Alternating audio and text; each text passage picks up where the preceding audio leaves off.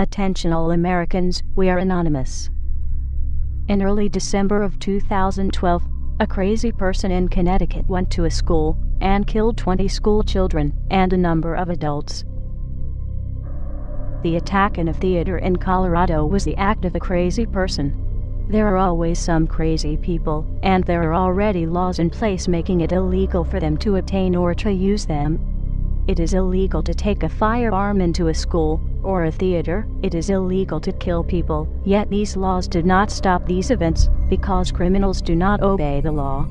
Only law-abiding citizens obey the law, and the law-abiding citizens are not the problem. Connecticut is the fourth highest gun control state in the country, and it's very hard to get a gun. Chicago and New York have the highest crime rates, and each has had total gun bans for years, yet gun violence increased.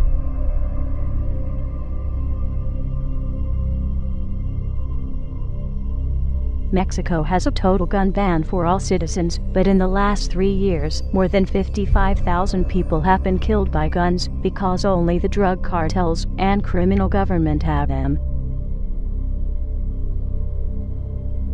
Throughout history, authoritarian governments have used gun violence as an excuse to take people's firearms and control their population. This is exactly what Adolf Hitler did to disarm the German people, and look at the atrocities his administration did.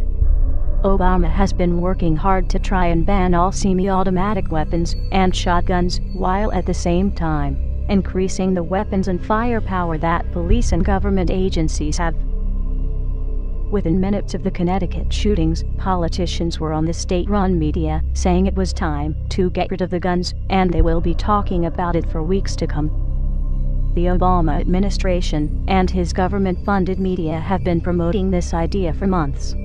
Every time there is a shooting performed by a crazy person, the media talks about it non-stop for weeks or months.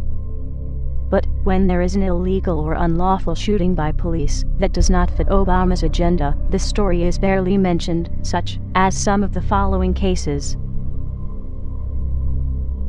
August 2, 2012. Travis Carter was shot in the head while handcuffed in a patrol car in police custody. Police claim he hid the gun and shot himself, even though he already told his girlfriend they would go to a movie when he got out.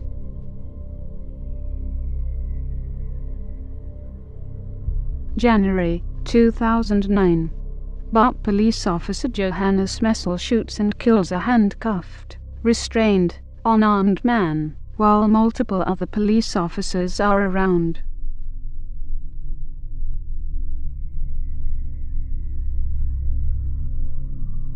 August 2012. A man at the Empire State Building has killed a co-worker, and the police showed up and unleashed a hail of gunfire at the man, killing him, and the police bullets also injured many pedestrians.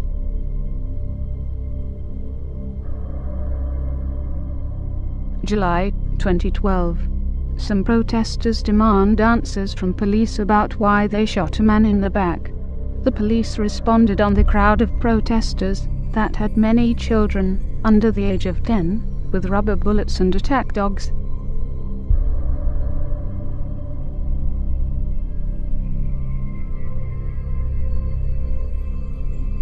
These stories got barely a whimper out of the press, and certainly did not get the coverage of several weeks, even though they are just as newsworthy.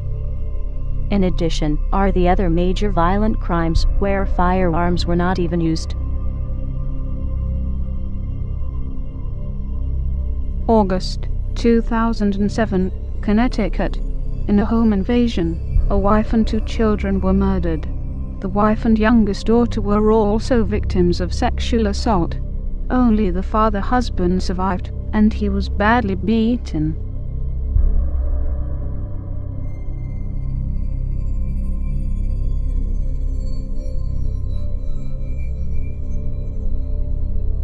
October 2012. A mother and her 2 children were brutally murdered in California home. The suspect did not choose a firearm.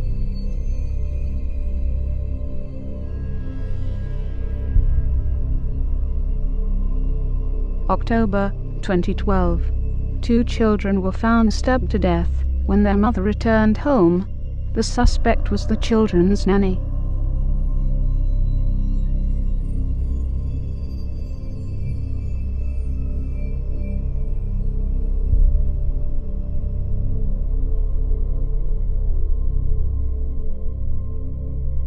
September 2012. Siblings' throat slit by intruder.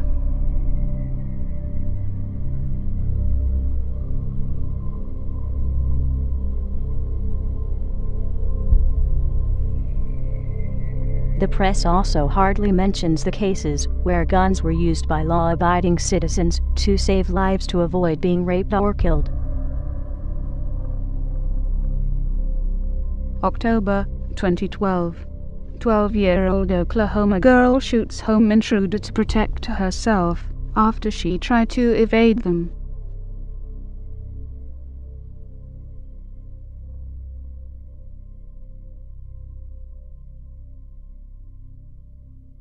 January 2012. 14-year-old boy kills intruder when a gang of 4 men break into his house, where he was alone with his 17-year-old sister.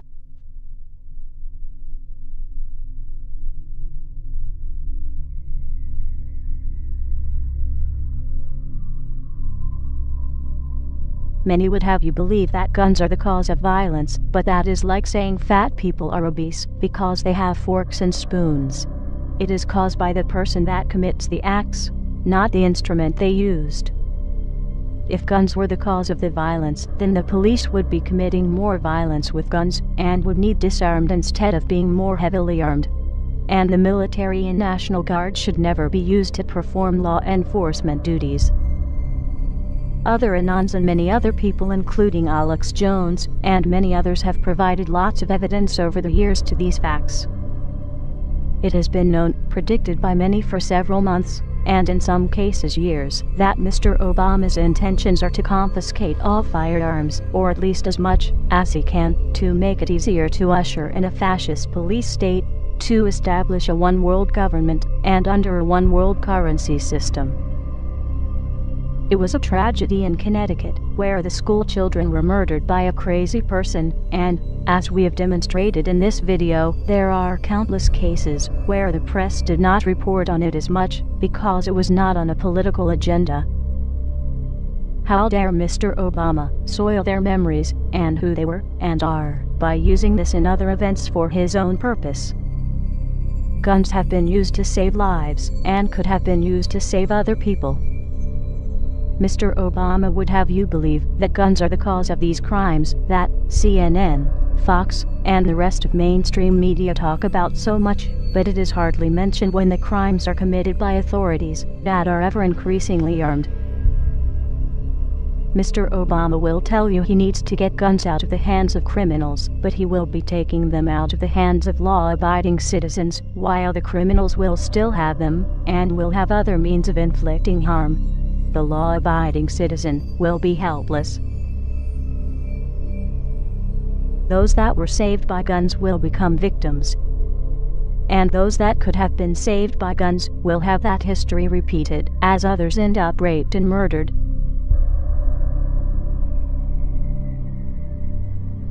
Mr. Obama, the Second Amendment of the U.S. Constitution does not talk about an army that is covered elsewhere in the Constitution. It does talk about a well-regulated militia, which is made up of civilians with their own weapons.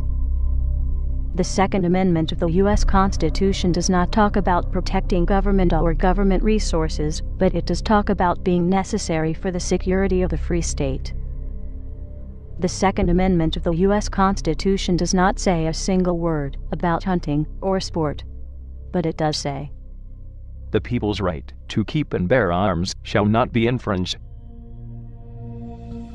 To the American people, as many laws have been banning firearms in cities such as Chicago, New York, and Washington, D.C., have been implemented, and, as the courts get them, they are now being overthrown as unconstitutional.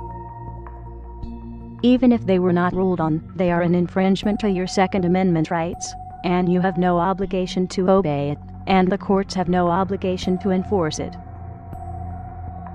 No one is bound to obey an unconstitutional law, and no courts are bound to enforce it.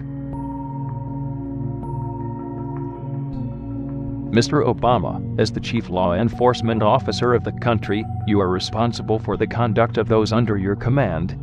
There will be no further tolerance of any of the following: any act to infringe on any of the Bill of Rights, as identified in the U.S. Constitution; any act to seize or locate any firearms or ammunition; any act to control the ownership of firearms or ammunition; any act to control the manufacturing or sales of firearms or ammunition; any act to document ownership, purchases, or attempts to purchase firearms or ammunition; any act to deploy or stage for deployment any military forces or government employees or agents thereof, for the purpose of asserting control over the population, or the rights of the people, or the states, as defined in the U.S. Constitution, such as would be used in martial law; any act to write, form, negotiate, enter into, or comply with any international treaty that would or could do any of the points mentioned previously.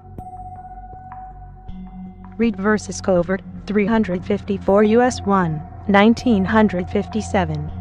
Treaties do not confer powers not authorized by Constitution.